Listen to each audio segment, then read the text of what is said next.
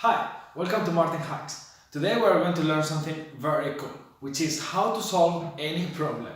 And I know this may sound a little bit stretch, but I am sure that at the end of this session you will be quite amazed from a new tool that you are going to discover. So I'm going to couple a framework called Cynefin. So Cynefin, greeting like Cynefin, is a Welsh word that means habitat or sense of belonging.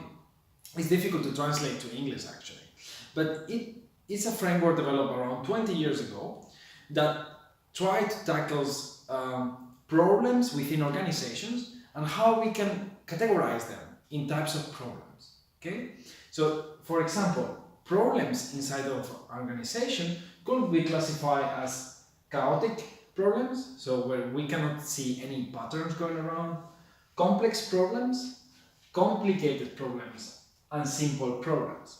So this is a matrix that you can see online that is like a square with four boxes, and in the middle there is something strange there, which is called disorder.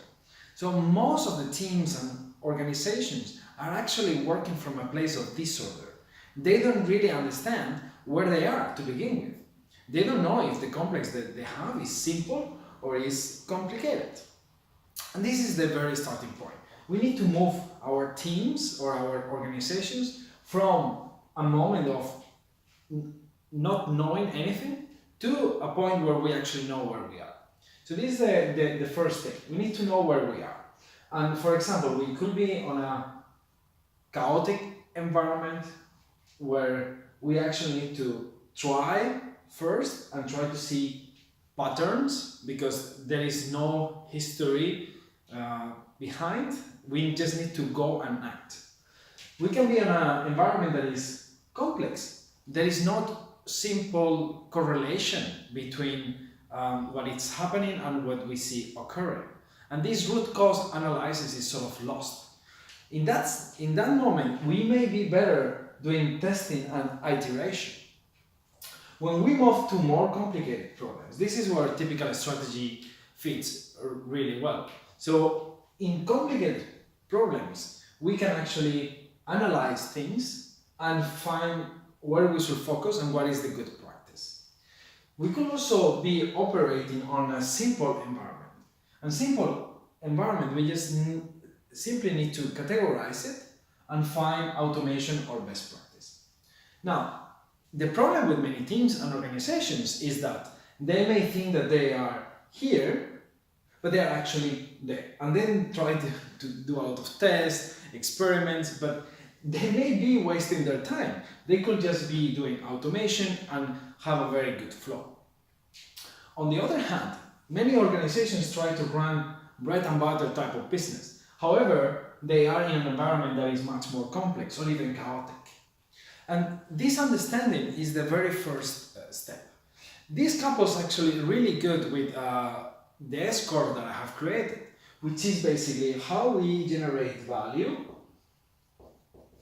over time. Okay? Value over time. And nature has a very clever way of doing an S-curve with an exponential phase.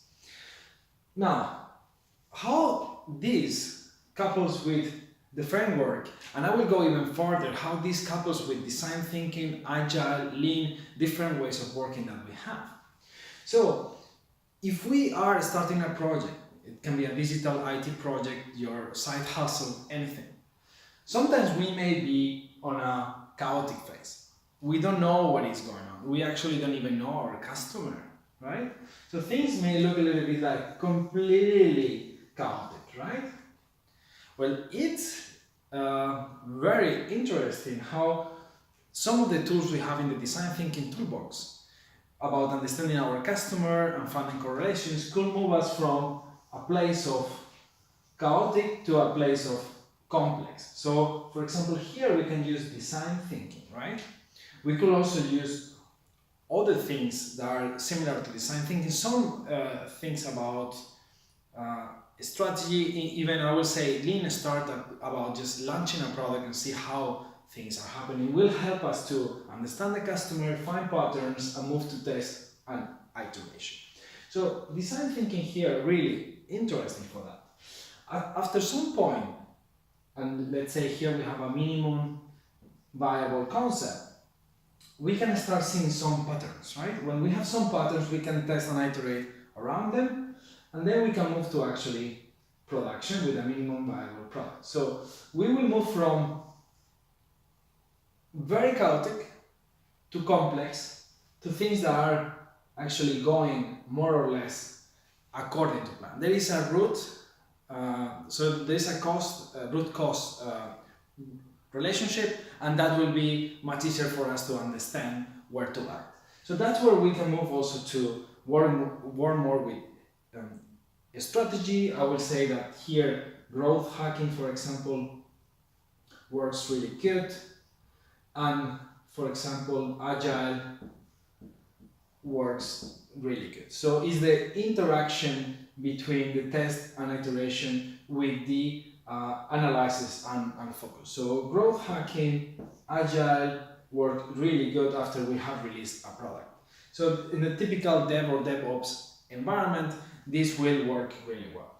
Finally, we have a moment where things start getting clarity, and with this clarity comes automation and simplicity. Now our business has hopefully evolved and increased, and some of the best tools we have for that are, for example, Lean, right? So Lean will allow us to bring best practice and automation of the problem solving at the bottom line, for example. So this has been a framework for you to connect Cynefin with different ways of working and with how to create value over time using the S-curve. I believe this is really powerful, and when you start seeing the entire picture, will allow you to think much more clearly of, instead of being lost, where are we, how we can tackle the different phases where we are, and how we can create value over time. So for more videos like this, please stay tuned, and I hope you will find this extremely useful for your innovation journeys and your daily job. Thank you very much, and stay tuned.